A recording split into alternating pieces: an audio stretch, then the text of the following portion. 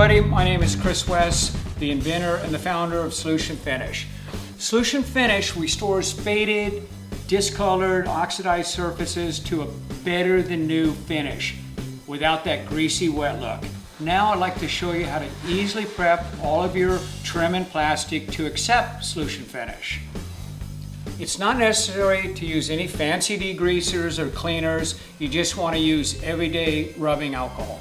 Now I personally prefer 70 to 90%, but 50-50 works just fine.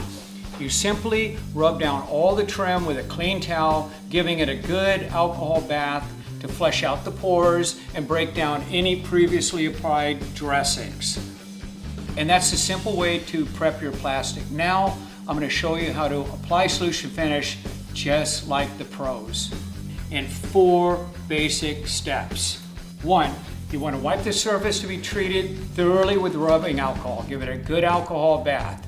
2, you want to vigorously shake the bottle. It's a very important step.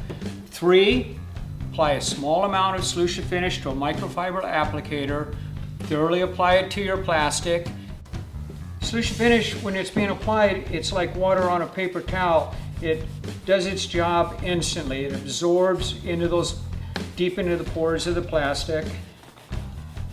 You want to thoroughly get all the little crevices, get all the little areas. You can use a foam brush for the hard to reach areas.